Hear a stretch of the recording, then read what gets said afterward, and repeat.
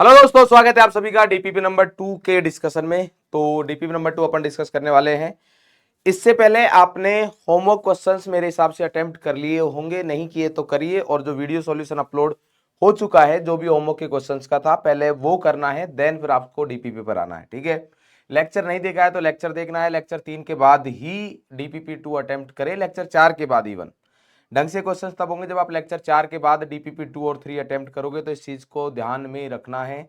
Sequence change करोगे questions में problem आएगी, इसीलिए मैंने लेक्चर में भी बताया था, यहां पर भी बता रहा हूं। ठीक है, वीडियो सॉल्यूशन देखने से पहले आप सभी को डीपीपी पहले अटेम्प्ट करनी है, देन फिर देखना है कौन से क्वेश्चंस बन रहे हैं नहीं बन रहे। आप जब क्वेश्चंस करते हो काफी सारे क्वेश्चंस आपसे कुछ क्वेश्चन जो नहीं बनते हैं तो उनका अलग अलग रीजन होता है। कई बार आप मिस्टेक कर देते हो, कई बार ऐसा है कि आप सर थ्योरी वाला पार्ट भूल गए जो मैंने क्लास में बताया था, इसका मतलब आपने नोट सही से रिवाइज नहीं किया ना।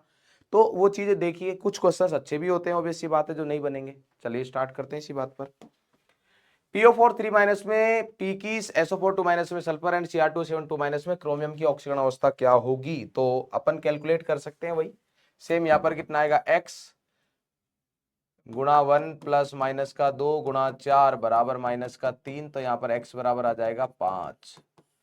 सल्फर का यहाँ पर कैलकुलेट करेंगे तो वही x गुणा 1 प्लस ऑक्सीजन का कितना रहता है, माइनस का 2 गुणा 4 बराबर माइनस का 2। यहाँ पर x की वैल्यू आ जाएगी प्लस का 6। Cr2 7 2 माइनस में अगर क्रोमियम का देखना है तो x गुणा 2 प्लस ऑक्सीजन का माइनस का 2 गुणा 7 बराबर माइनस का 2। तो यहाँ पर x बराबर आ जाएगा 6। तो ये आ रहा है 5 6 7, कहां पर दे रखा है, 5 6 7 ऑप्शन, ओहो 5 6 6 5 6 6 ऑप्शन डी में। तो करेक्ट आंसर आ रहा है हमारे पास डी। क्लियर, चलिए नेक्स्ट देखते हैं। नेक्स्ट क्वेश्चन क्या है हमारे पास, नेक्स्ट है यहाँ पर कि दी गई अभिक्रिया में PH3H2PO4 तो सही कथन को पहचानना है। तो P4 जीरो ऑक्सीकरण अंक है, PH3 में जब देखोगे तो -3 मिलेगा, और यहां पर अगर चेक करोगे तो आपको +1 मिलने वाला है। क्या मिलने वाला है, +1। क्लियर, कैलकुलेट कर सकते हैं अपन, वही सेम रूल है। तो यहां पर अगर देखोगे तो एक बार इसका क्या हो रहा है, रिडक्शन, यानी कि जिसको अपन बोलते हैं अपचयन, और P4 का ही मतलब फॉस्फोरस का क्या हो रहा है हमारे पास, ऑक्सीडेशन, क्योंकि ऑक्सीकरण अंक में क्या हो रही है, वृद्धि। अगर कम हो रहा है ऑक्सीकरण अंक तो उसको अपचयन बोलते हैं, वृद्धि हो रही है तो उसको ऑक्सीकरण बोलते हैं। फॉस्फोरस केवल अपचयन से गुजर रहा है, केवल बोला है, गलत बात है। फॉस्फोरस केवल ऑक्सीकरण से गुजर रहा है, गलत बात है। फॉस्फोरस ऑक्सीकरण और साथ ही अपचयन से गुजर रहा है, बिल्कुल सही बात है। और ये विस्मानुपातन अभिक्रिया का एक उदाहरण है। फॉस्फोरस ने तो ऑक्सीकरण, ये तो गलत बात है। करेक्ट आंसर क्या आ जाएगा, सी। Clear, next. आयोडीन की ऑक्सीकरण अवस्था से तक बदलती है। आयोडीन 7वें ग्रुप का है, तो 7वें ग्रुप की ऑक्सीकरण अवस्था -1 से +7 तक जाती है। ठीक है, तरीका बता रखा है। सातवां नहीं, 17वां ग्रुप 17th वर्ग का है, तो तरीका बता रखा है, सेम चीज अप्लाई करनी है, -1 से 7 तक। Clear, next. फॉस्फोरस की ऑक्सीकरण अवस्था, ये नाम दे रखे, क्या करना है, नोटबुक में नोट कर लेने हैं। तो नाम दे रखे हैं, क्या करना है इनको, नोटबुक में नोट कर लेने, क्योंकि यहां पर इस क्वेश्चन में आपको नाम के साथ स्ट्रक्चर मतलब फॉर्मूला दे रखा है। जरूरी नहीं कि हमेशा सूत्र मिले, तो आपको पता होना चाहिए ऑर्थोफॉस्फोरिक अम्ल क्या होता है, फॉस्फोरस अम्ल क्या होता है, मेटाफॉस्फोरिक अम्ल क्या होता है, सारी चीजें आपको पता होनी चाहिए। अब कैलकुलेट करते हैं तो H3PO4 में वही 1 गुणा 3 प्लस x गुणा 1 प्लस माइनस का 2 गुणा 4 बराबर 0। तो यहाँ पर x की वैल्यू आएगी 5। ठीक है, नेक्स्ट हमारे पास फॉस्फोरस अम्ल H3PO3 में अपन को बताना है, तो वही सेम 1 गुणा 3 प्लस x गुणा 1 प्लस माइनस का 2 गुणा 3 बराबर 0। तो यहाँ पर x की वैल्यू कितनी आ जाएगी, x बराबर आ जाएगा +3। नेक्स्ट यहाँ पर अगर देखोगे तो कितना आएगा, 1 गुणा 1 प्लस x गुणा 1 प्लस माइनस का 2 गुणा 3 बराबर 0। तो यहाँ पर x की वैल्यू आ जाएगी 5।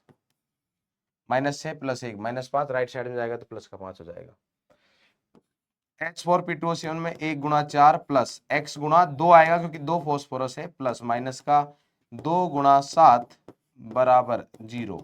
तो यहाँ पर क्या आ जाएगा हमारे पास, ये आ गया हमारे पास 14 में से 4 गया तो 10, माइनस का 10 राइट साइड में जाएगा, तो ये आ गया 2x बराबर 10। तो x बराबर 5, यानी कि 5 3 5 5 5 3 5 5 कहाँ दे रखा है, ओहो इसका तो ऑप्शन ही नहीं दे रखा है, ऑप्शन बी दे रखा है। अच्छा, ये बोल रखा है फॉस्फोरस की ऑक्सीकरण अवस्था +3 किस में होती है, तो +3 तो बी में है, तो करेक्ट आंसर बी आ गया। Clear, next.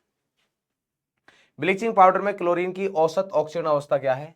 इंपॉर्टेंट है, अभी तक क्लास में करवाया नहीं है, करवाऊंगा। अभी करवाऊंगा क्या, जो मैंने आपको बोला है कि सरप्राइज लेक्चर नहीं, सरप्राइज वीडियो आएगा आप सभी के लिए, एक सरप्राइज प्लान किया जा रहा है, ठीक है। मोस्ट प्रोबेबली वो आपको मतलब कल मिलेगा, कल यानी कि शुक्रवार को, या फिर हो सकता है शनिवार को अपलोड हो या इतवार को अपलोड हो, रविवार को, है ना, ऐसा हो सकता है, ठीक है, क्योंकि आप सभी को पता है चीजों का, तो तब आपको देख लेना है, तब आपको स्ट्रक्चर बनाना सीखेंगे। अच्छा, ब्लीचिंग पाउडर, अब ये वो चीज है जो आपको पता नहीं है, तो ये मैं यहाँ पर सिखा रहा हूं, ठीक है, तो ध्यान देंगे और नोटबुक में नोट करना है। अच्छा क्वेश्चन है। ब्लीचिंग पाउडर होता है CaOCl2। ब्लीचिंग पाउडर क्या होता है हमारे पास? Ca, कैल्शियम, है ना, CaOCl2। इसकी जो स्ट्रक्चर होती है वो किस तरीके से होती है देखेंगे अपन। यहाँ पर हमारे पास क्या रहता है, ये कैल्शियम है, कैल्शियम के साथ ऑक्सीजन, ऑक्सीजन के साथ क्लोरीन जुड़ा रहता है और एक जुड़ा रहता है यहाँ पर क्लोरीन। क्लियर। अब जब आप विद्युत ऋणता की बात करोगे हमारे पास, तो ऑक्सीजन की विद्युत ऋणता, ऑक्सीजन से ज्यादा सिर्फ और सिर्फ कोई एक ही परमाणु है जिसकी रहती है, वो है फ्लोरीन। तो ऑब्वियस सी बात है, अगर इस बंध को आप तोड़ोगे तो यहाँ पर क्लोरीन के ऊपर कितना आएगा? +1, क्योंकि क्लोरीन की ऑक्सीजन इलेक्ट्रॉन नेगेटिव विद्युत ऋणता क्या है? कम है, तो कम वाले पर प्लस, ज्यादा वाले पर माइनस। कैल्शियम धातु है, धातु की विद्युत ऋणता तो ऐसे ही कम रहती है, तो +1 -1। क्या पूछा है? औसत ऑक्सीजन अवस्था क्लोरीन की। तो औसत क्या होगा? दोनों का जोड़, मतलब 1 प्लस का है, उसमें जोड़ेंगे अपन कितना? -1 और बटे 2, क्योंकि 2 क्लोरीन है, तो वो तो 1 - 1 0 हो गया, तो 0 ही आएगा हमारे पास शून्य। क्लियर। तो यहाँ पर ये भी पूछा जा सकता है कि CaOCl2 में हमारे पास क्लोरीन का ऑक्सीकरण क्या क्या होता है, तो +1 होता है और -1 होता है। क्लियर, ये चीज आपको अच्छे से समझ लेनी है। अच्छा क्वेश्चन है, इंपॉर्टेंट क्वेश्चन है, रिवीजन में जरूर रखेंगे। CaOCl2 की आपको स्ट्रक्चर पता होनी चाहिए। क्लियर। चलिए नेक्स्ट आता है हमारे पास, निम्न में से कौन सा तत्व असमानुपातन की प्रवृत्ति नहीं दर्शा सकता? असमानुपातन के लिए आपने लेक्चर में पढ़ा है कि कम से कम 3 अलग अलग ऑक्सीकरण अवस्था वो तत्व दर्शाना चाहिए। फ्लोरीन जो है वो नहीं दर्शा सकता है, क्योंकि फ्लोरीन 0 और -1 ही दर्शा सकता है, सिर्फ तीसरी अवस्था है नहीं। इसका मतलब फ्लोरीन वो तत्व है जो असमानुपातन अभिक्रियाएं नहीं दर्शा सकता है, असमानुपातन की प्रवृत्ति नहीं दर्शा सकता। बाकी सब दर्शा सकते हैं, बाकी तो एलोजन ही है। निम्नलिखित में से कौन सी अभिक्रिया असमानुपातन अभिक्रिया को निरूपित करती है? असमानुपातन को निरूपित करती है, ये पूछा है। तो देखते हैं हमारे पास यहाँ क्लोरीन देखेंगे, तो क्लोरीन का ऑक्सीकरण कितना है हमारे पास? यहाँ पर है +5 से किस में गया? -1 में। तो क्लोरीन का क्या हो रहा है हमारे पास? रिडक्शन। ये ऑलरेडी क्लास में पढ़ चुके हैं अपन, अपचयन हो रहा है। अब यहाँ पर क्लोरीन का और कोई उत्पाद तो है नहीं, अब ऑक्सीजन का है, तो ऑक्सीजन यहाँ पर कितना है? 0 में, और यहाँ पर कितना है ऑक्सीजन? -2 में। तो -2 से 0 में क्या हो रहा है? ऑक्सीडेशन। तो यहां पर एक ही तत्व नहीं, एक यौगिक से, एक ही यौगिक में अपचयन और ऑक्सीकरण दोनों हो रहे हैं। तो इस प्रकार की अभिक्रिया को अंतराण्विक, एक ही यौगिक के अंदर। क्लियर। तो ये तो वो नहीं है, ये तो दूर दूर तक नहीं, ये तो रेडॉक्स ही नहीं है, ये नॉन रेडॉक्स है, क्योंकि किसी भी तत्व का ऑक्सीकरण अंक ही नहीं बदल रहेगा। H2O2 जो है हमारे पास, ये आंसर हो जाएगा, क्योंकि ऑक्सीजन का यहाँ पर कितना है? -1। कितना हमारे पास? -1। यहाँ पर अगर देखोगे तो ऑक्सीजन का -2, और यहाँ पर अगर देखोगे ऑक्सीजन का 0। -1 से -2 को क्या बोलते हैं? रिडक्शन, अपचयन बोलते हैं। और -1 से 0 को क्या बोलते हैं? ऑक्सीडेशन। -1 से 0 क्या बोलते हैं? ऑक्सीडेशन। तो समान तत्व का, एक ही तत्व का हमारे पास ऑक्सीकरण और अपचयन दोनों हो रहे हैं, एक ही तत्व का ऑक्सीकरण और अपचयन दोनों हो रहे हैं, और वो भी समान ऑक्सीकरण अवस्था में है, इसलिए यही हमारा आंसर है। यहां पर अगर देखोगे तो अलग अलग Fe+2 से +3 ऑक्सीडेशन, Mn का यहाँ पर ऑक्सीकरण अंक आएगा +7, यहाँ पर कितना दे रखा है? +2, तो ये क्या हो रहा है? अपचयन। तो अलग अलग यौगिकों में है, तो ये अंत हो रहा है, मतलब शरीर से आत्मा अलग हो रही है, तो अंतः अणुक है, यानी कि अलग अलग अभिक्रिया, अलग अलग यौगिकों में से अलग अलग यौगिकों में अपचयन और ऑक्सीकरण हो रहा है। क्लियर। नेक्स्ट देखते हैं। अभी अपन ने बात की H2O2, ओहो 2 बार लिख दिया गलती से। गलती से क्या मतलब? वो 2H2 लिखना था, उसकी जगह H2O2 + H2O2। असमानुपातन अभिक्रिया का एक उदाहरण है, क्योंकि बिल्कुल सही बात है, उदाहरण है। क्यों है? क्योंकि ऑक्सीजन जो है वो -1 से किस में जा रहा है? -2 में। तो ये क्या हो रहा है हमारे पास? -1 से -2 क्या हो गया? रिडक्शन। और ऑक्सीजन ही जो -1 में है, उसी का क्या हो रहा है? ऑक्सीडेशन। ठीक है, तो ये क्या हो गया हमारे पास, 0 में है तो ऑक्सीडेशन। अच्छा, किसी के दिमाग में आ सकता है सर यहाँ तो अलग अलग लिखा हुआ है H2O2, पहली बात तो अलग नहीं लिखना चाहिए, ट्वाइस H2O2 ही होना चाहिए। दूसरी बात, अलग अलग लिखा है उससे भी कोई फर्क नहीं पड़ता, क्योंकि परिभाषा क्या है, परिभाषा पर ध्यान दीजिए। परिभाषा ये है कि समान तत्व समान ऑक्सीकरण अवस्था में होना चाहिए। ऑक्सीजन ही है, यस, और ऑक्सीजन अवस्था भी क्या है, समान है। तो ऑक्सीजन का ही जो कि समान ऑक्सीजन अवस्था में है, अपचयन और ऑक्सीकरण दोनों हो रहा है, तो असमान पद है। ऑक्सीजन की ऑक्सीजन अवस्था केवल घटती है, गलत बात है। ऑक्सीजन की ऑक्सीजन अवस्था केवल बढ़ती है, गलत बात है। ऑक्सीजन की ऑक्सीजन अवस्था घटती है, घटती भी और बढ़ती भी है, सही बात है, यानी कि अपचयन भी हो रहा है और ऑक्सीकरण भी हो रहा है। ऑक्सीजन की ऑक्सीजन अवस्था न तो घटती है ना बढ़ती है, भाई ये तो गलत है। करेक्ट आंसर क्या है, सी। क्लियर, चलिए नेक्स्ट देखते हैं। NH4NO3 में नाइट्रोजन परमाणु की ऑक्सीजन अवस्था क्लास में करवाया है कि जब कभी भी हमारे पास ये आए तो क्या करोगे, तोड़ दोगे इसको। तोड़ोगे तो किस में टूटेगा, NH4 प्लस में, तो बाकी जो बचा उसके ऊपर जितना प्लस आया है उतना ही माइनस आ जाएगा। तो यहाँ पर नाइट्रोजन का जब आप ऑक्सीकरण के निकालोगे तो x गुणा 1 प्लस 1 गुणा 4 बराबर +1, तो x बराबर कितना आ जाएगा, -3। यहाँ पर अगर आप देखते हो तो वही सेम x गुणा 1 प्लस -2 गुणा 3 बराबर -1, तो यहाँ पर x की वैल्यू कितनी आ जाएगी, +5। तो -3 + 5 ढूंढ लीजिए कहां पर है, -3 + 5। Clear, next. निम्नलिखित में यौगिकों को उनमें ऑक्सीजन की ऑक्सीजन अवस्था के बढ़ते क्रम में OF2 फ्लोरीन के ऊपर -1 फिक्स है, तो यहां पर कितना आएगा, +2। ये सुपर ऑक्साइड है।